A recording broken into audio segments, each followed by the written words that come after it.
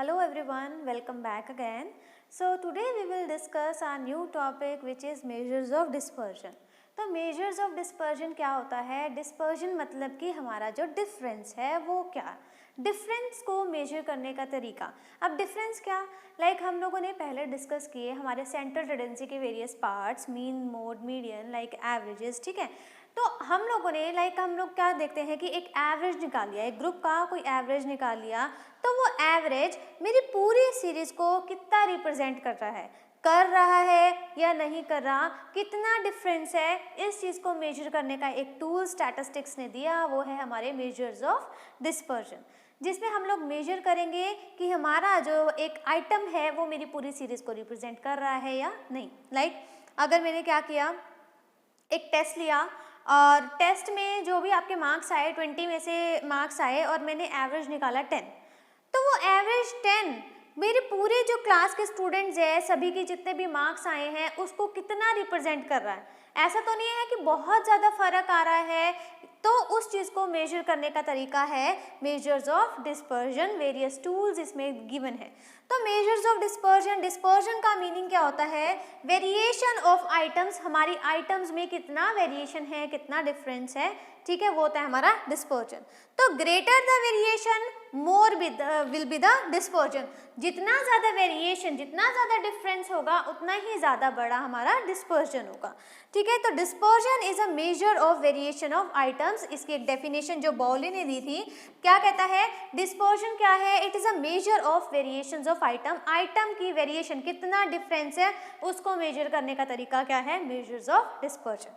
दो तरीकों से हमने इसको क्लासिफाई किया है, एक है हमारा एब्सोल्यूट और एक है हमारा रिलेटिव. तो एब्सोल्यूट मेजर क्या कहता है, which is expressed in same unit in which data is express, जिसका हम लोग हमारा जो आंसर आएगा, या रिलेटिव मेजर या डिस्पर्जन का जो आंसर आएगा वो उसी सेम यूनिट में आएगा जिस सेम यूनिट में हमारा डाटा गिवन है. लाइक हमारा केजी हो गया, लाइक हमारा रुपीज़ हो गया, जो भी हमारी यूनिट गिवन होगी. ठीक है, और एक रिलेटिव मेजर क्या डिफरेंस है, रिलेटिव मेजर क्या कहता है, रिलेटिव मेजर है हमारा जो variability stated in the form of ratio और परसेंटेज. कई बार क्या होता है कि हमारे पास जो आइटम्स होगी वो कई बार अलग अलग यूनिट्स में दी होती है, लाइक कुछ दे दी हमारी किलोग्राम में दे दी, कुछ हमारे टर्न्स में दे दी, कुछ हमारी सिंपल ग्राम में दे दी. कई बार ऐसा होता है हमारी यूनिट्स. ठीक है, तो उस यूनिट्स को पहले हमें क्या करना पड़ता है, एक सेम यूनिट में क्लासीफाई करना पड़ता है, एक सेम यूनिट में लेके आना पड़ता है. उसी को सेम यूनिट में लाने का तरीका क्या है, हमारा रिलेटिव मेजर. इस रिलेटिव मेजर को एक और नाम से जाना जाता है, वो होता है हमारा कोफिशिएंट ऑफ डिस्पर्जन. तो variability stated in the form of ratio और परसेंटेज, इसमें हमारी जो वेरिएबिलिटी है, जो भी हमारा डिफरेंस है, वो किसकी फॉर्म में स्टेट किया जाएगा, या तो रेशियो या फिर परसेंटेज. रेशियो या परसेंटेज की फॉर्म में जो हम लोग मेजर करते हैं, या हमारा उसमें रिलेटिव मेजर किस में मेजर करता है, हमारा रेशियो या फिर परसेंटेज में. तो इसको एक और नाम से जानते हैं, वो है हमारा कोफिशिएंट ऑफ डिस्पर्जन. आगे चलते हैं, हम लोगों ने इसको दो टाइप से क्लासिफाई तो कर लिया, एब्सोल्यूट और रिलेटिव. इसके मेथड्स क्या हैं, जो हमारे बहुत इंपॉर्टेंट टूल्स हैं हमारे वेरिएबिलिटी को मेजर करने के. तो हमारे वेरियस टूल्स क्या हैं, range, interquartile deviation and interquartile range, and third one and the most important which is standard deviation. तो पहला क्या है, range, second is interquartile deviation and interquartile range, and third one is standard deviation. तो अब हम लोग discuss करेंगे हमारा रेंज. सो रेंज हम लोग स्टार्ट करते हैं. पहली बात तो रेंज का फॉर्मूला क्या है, रेंज का फॉर्मूला क्या है, L माइनस एस. अब ये L क्या है और S क्या है, L इज लार्जेस्ट वैल्यू किसका, सीरीज की. S क्या है, स्मॉलेस्ट वैल्यू किसकी, सीरीज की. तो सीरीज की लार्जेस्ट और सीरीज की स्मॉलेस्ट वैल्यू पर ही हमारा जो सॉल्यूशन निकल जाएगा. रेंज का फॉर्मूला क्या है, L माइनस एस. और अगर हम लोग इसका कॉफिशिएंट डिस्क्लोज करें, कॉफिशिएंट मीन्स हमारा एब्सोल्यूट मेजर, तो कॉफिशिएंट का फॉर्मूला है हमारा L minus S divide by L plus S. तो यहाँ हम लोग सॉल्व करते हैं हमारी तीनों सीरीज. हमें पता है सीरीज कौन कौन सी है, इंडिविजुअल, डिस्क्रीट और कंटिन्यूअस सीरीज. तो इंडिविजुअल सीरीज की हम लोग सॉल्यूशन करेंगे सबसे पहले. तो मान लो ये हमारा डाटा दिया हुआ है 20, 35, 25, 30 और 15, और हमें कंप्यूट करना है रेंज. सो रेंज का फॉर्मूला मैंने अभी आपको क्या बताया, L minus S. L minus S, तो यहाँ हम लोग देखें तो सबसे बड़ी value L means largest value क्या है हमारी, 35. स्मॉलेस्ट वैल्यू क्या है हमारी 20, 35, 20, 30 और 15। तो हमारी स्मॉलेस्ट वैल्यू क्या है हमारी, सो यहाँ से हमारा सॉल्यूशन क्या आया 20। ये क्या है हमारा रेंज। और अगर हमें क्या निकालना है, कोफिशिएंट ऑफ रेंज निकालना है। कोफिशिएंट ऑफ रेंज का फॉर्मूला क्या है, L minus S divide by L plus S. तो L माइनस एस क्या है, 35 माइनस 15 इज 20 और L प्लस एस क्या है, 35 plus 15 is equals to 50। Clear. तो यहाँ से हमारा इसको कट करके हमारा आ जाएगा 0.4। तो ये हमारा सिंपल मेजर था और ये हमारा है कोफिशिएंट ऑफ रेंज। क्लियर है। अगर हमारा ये इंडिविजुअल सीरीज है। अगर नेक्स्ट हमारी सीरीज है डिस्क्रीट सीरीज। अब डिस्क्रीट सीरीज में एक चीज एडिशन होती है, वो क्या है, हमारी फ्रीक्वेंसी ऐड ऑन हो जाती है ना। तो फ्रीक्वेंसी के बेसिस पे अगर हमारी फ्रीक्वेंसी वाली सीरीज हो, डिस्क्रीट सीरीज हो, तो हम लोग रेंज कैसे कंप्यूट करेंगे। तो रेंज कैसे कंप्यूट करेंगे, ऐसे ही सेम x में से ही हमें उसकी वैल्यू देखनी है। सबसे बड़ी वैल्यू क्या है हमारी x की, इज इक्वल्स टू 70। सबसे स्मॉलेस्ट वैल्यू क्या है हमारी x की, 10। तो 60 क्या आया हमारा रेंज। तो यहाँ से आप लोगों को क्लियर है कि अगर हमारी डिस्क्रीट सीरीज हो तो हमारी जो वैल्यू आएगी वो क्या आएगी हमारी, ऐसे। नेक्स्ट अगर हमारी कंटिन्यूअस सीरीज हो, कंटिन्यूअस सीरीज में हमारा थोड़ा सा हम सोचते हैं कि इसको सॉल्व कैसे करें, बिकॉज हमारे पास क्या आ गई, हमारी स्लैब रेट्स आ गई। तो स्लैब्स आ गई ना, 5 से 10, 10 से 15, 15 से 20 ऐसे स्लैब्स आ गई। तो यहाँ से हमें क्या करना है, यहाँ हमें इसको क्या करेंगे हम लोग, इसमें हमें कुछ m भी नहीं निकालनी, कुछ cf भी नहीं निकालना, कुछ नहीं निकालना। यहाँ जो रेंज की हाईएस्ट वैल्यू है, जो हमारी जो स्लैब्स हैं, जो हमारी स्लैब्स है ना, उसमें हाईएस्ट वैल्यू के ऊपर हमारा जो क्वेश्चन सॉल्व होगा। देखो सबसे हाईएस्ट स्लैब क्या है हमारी, 30। तो फॉर्मूला क्या कहते हैं, L माइनस एस। L क्या है, लार्जेस्ट। लार्जेस्ट क्या है स्लैब हमारी, 30। स्मॉलेस्ट स्लैब क्या है हमारी, 5। तो L minus S is equals to 25। तो ये क्या आया हमारे यहाँ रेंज आया। तो हमारी रेंज विद कंटिन्यूअस सीरीज। और अगर हमें इसका कोफिशिएंट निकालना है तो कोफिशिएंट का फॉर्मूला आपको पता है, L minus S L plus S. तो L minus S is equals to 25 and L plus S is equals to 35। I hope आपको कंटिन्यूअस सीरीज का भी रेंज जो है वो क्लियर हो गया होगा। Individual, discrete, continuous, formula same, L minus S. Clear हो गया। बहुत ज़्यादा इजी फार्मूला है हमारा इसको मेजर करने का, वेरिएंस को मेजर करने का। अब अगर हम लोग देखें, इसका फ़ायदा तो है बट इसका नुकसान क्या है, इसका लिमिटेशंस क्या है। इसकी लिमिटेशंस क्या है, सिर्फ ये दो चीज़ों के ऊपर डिपेंड है, एक लार्जेस्ट वैल्यू और एक स्मॉलेस्ट वैल्यू। बीच की जो टर्म है देखो 20, 30, 40, इन सब चीज़ों की तो कोई वैल्यू नहीं है इस फॉर्मूले के अकॉर्डिंग। तो हम सिर्फ दो वैल्यूज़ के ऊपर बेस्ड होके हम क्या वेरिएशंस मेजर कर रहे हैं, जो कि सही नहीं है।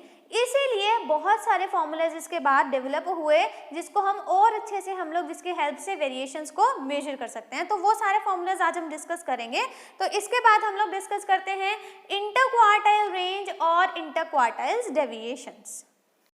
तो अगर हम लोग डिस्कस करें interquartile range and interquartile deviation, जैसा कि नाम में आ रहा है क्वार्टाइल, तो मतलब कि किससे डिस्कस करेगा, हमारा क्वार्टर्स से। तो क्वार्टर्स जिसको रिप्रेजेंट करता है किसी भी चीज़ के फोर्थ पार्ट को, चौथे हिस्से को रिप्रेजेंट करता है ना क्वार्टर। तो हम लोगों ने पहले भी जब हम लोगों ने डिस्कस किए थे सेंट्रल टेंडेंसी, वहाँ पर भी हमने Q1, Q3 ये सब चीज़ें डिस्कस किए थे। आप लोग वो वाली पुरानी वीडियोस भी देख सकते हो। तो अगर हम लोग यहाँ पर डिस्कस करें क्वार्टाइल रेंज और क्वार्टाइल डेविएशन, तो फॉर्मूला क्या रहेगा क्वार्टाइल रेंज का। रेंज जैसे हम लोगों ने डिस्कस किया था अभी पहले, तो हमारा L माइनस एस किया था। L minus S means largest value minus smallest value की थी हम लोगों ने, है राइट। तो ऐसे ही अगर हम लोग रेंज कर रहे हैं किसकी, क्वार्टर्स की। अगर क्वार्टर्स कर रहे हैं तो हम किसका यूज करेंगे, Q3 और Q1 का। और रेंज है तो बड़ी में से छोटी टर्म माइनस करेंगे, Q3 माइनस Q1। तो फॉर्मूला क्या हुआ हमारा इंटरक्वार्टाइल रेंज का, Q3 माइनस Q1। ऐसे ही अगर हम क्वार्टाइल डेविएशंस करते हैं, क्वार्टाइल डेविएशन का फॉर्मूला क्या रहेगा, Q3 minus Q1 divide by 2। Clear. तो हम लोग अलग अलग सीरीज में देखते हैं कि इसका फॉर्मूला कैसे रहेगा और कैसे हम लोग इसका आंसर कंप्यूट करते हैं। सो इंडिविजुअल सीरीज है, तो इंडिविजुअल सीरीज में in case of median, in case of quartiles, तो हमारा जो फर्स्ट स्टेप रहता है वो ये रहता है कि हमारी जो सीरीज है हमें उसे एक ऑर्डर में लगाना। एक ऑर्डर मीन्स असेंडिंग ऑर्डर में लगाना है। असेंडिंग मीन्स छोटे से बड़ा। तो यहाँ ऑलरेडी मैंने असेंडिंग ऑर्डर में लगाया हुआ है कि नहीं, यहाँ पे हमारा चेंज हो गया क्या? तो एक असेंडिंग ऑर्डर में हम लोगों को यहाँ पर कंप्यूट करना है हमारा 28 और 30, 28, 18, 20, 24, 27, 28, यहाँ पे डिस्कस, यहाँ पे 28। तो अगर हम लोग देखें इंडिविजुअल सीरीज है, इंडिविजुअल सीरीज में हमारा Q1 का फॉर्मूला क्या रहेगा?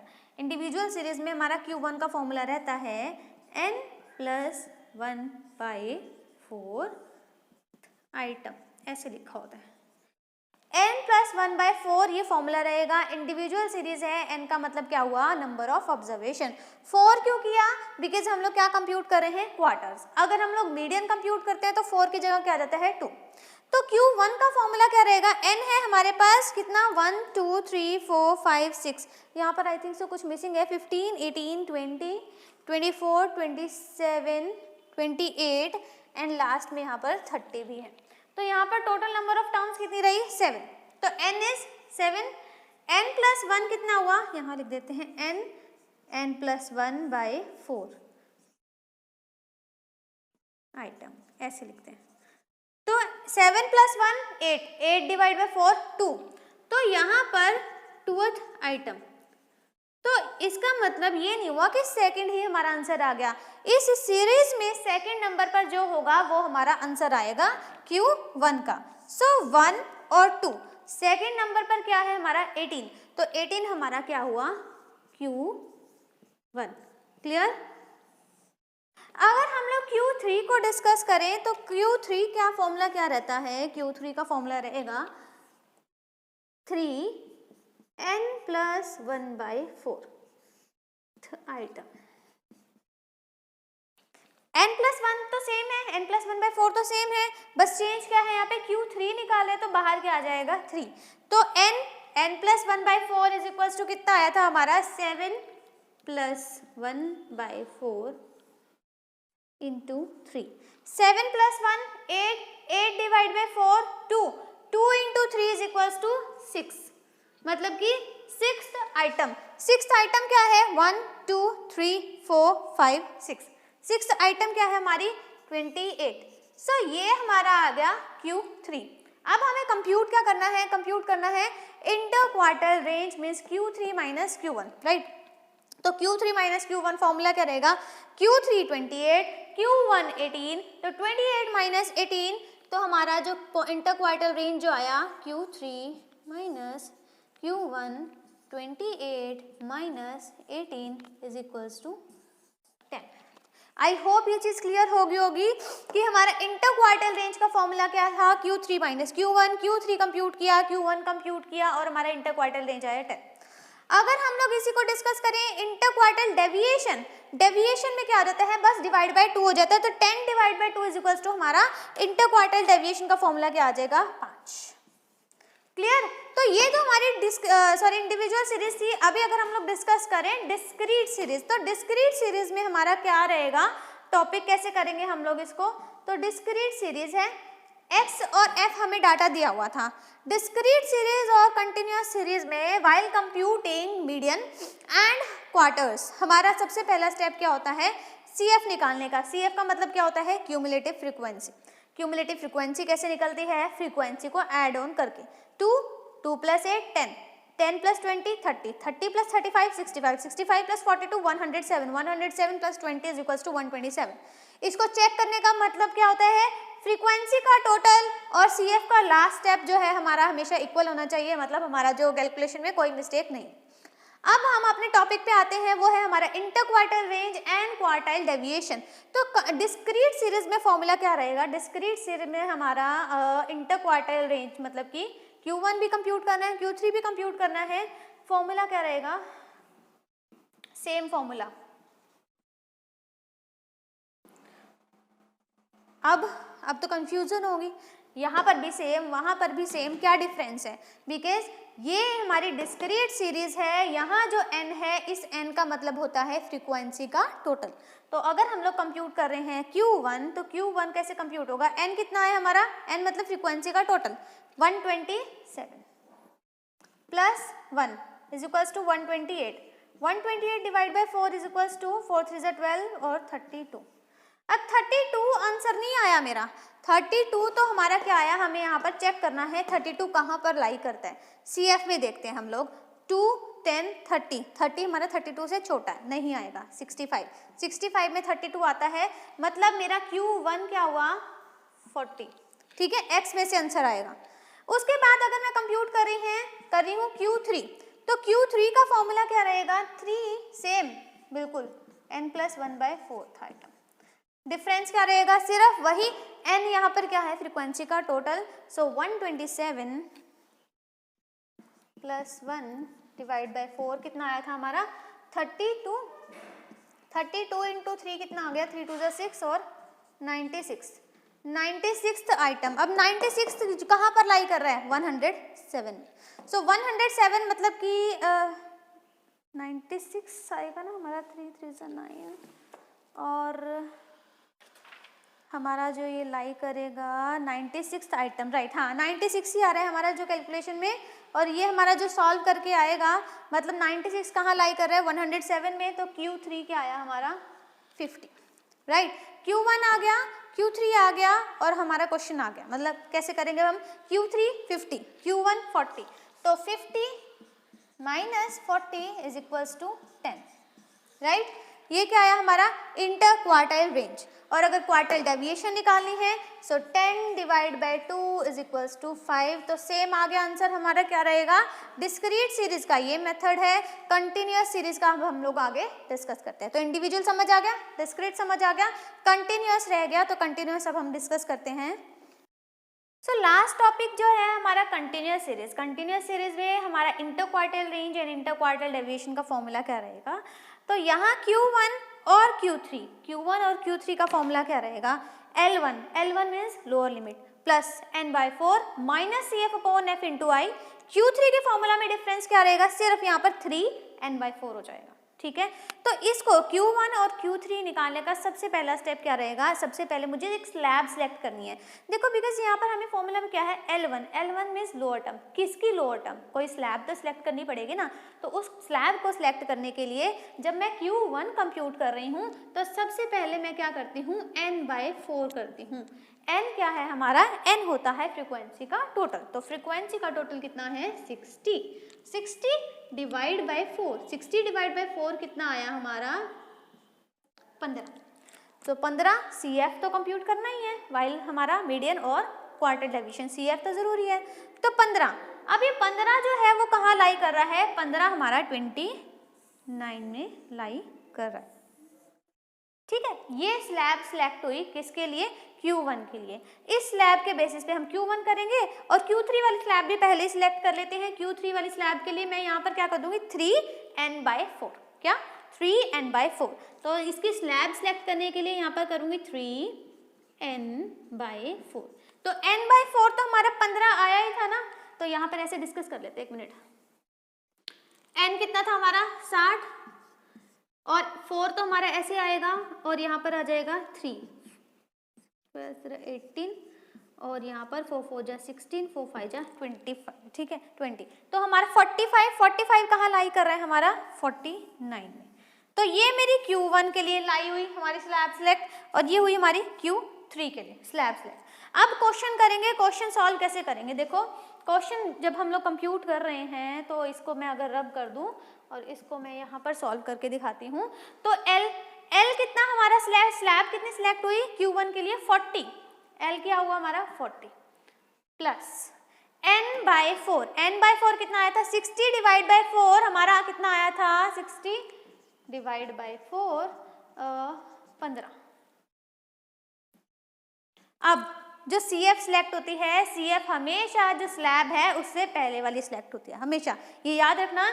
जो स्लैब मैंने सिलेक्ट की उससे पहले वाली हमारी CF सिलेक्ट होती है। तो CF कितनी आई 14 divide by F same 15 into I कितना, I क्या होता है इंटरवल, इन दोनों का इंटरवल कितना है हमारा 20 का। सो इसको सॉल्व किया तो हमारा जो Q1 का आंसर आ रहा है, सो Q1 का आंसर आ रहा है हमारा इसको सॉल्व करके इस 41.33। इसको सॉल्व करके कंप्लीटली हमारा आंसर आ रहा है Q1। ठीक है, Q3 को अगर मैं सॉल्व करूं, सेम Q3 को सॉल्व ऐसे करेंगे हम लोग। स्लैब कौन सी सिलेक्ट की है मैंने, स्लैब पहले सिलेक्ट कर दी, ये वाली L1 मीन्स लोअर लिमिट।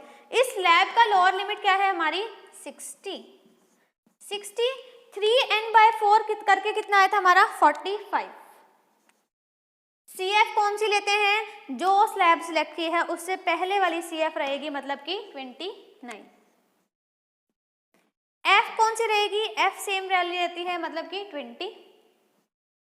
और इंटरवल I क्या होता है हमारा, इन दोनों का डिफरेंस कितना है हमारा 20 का।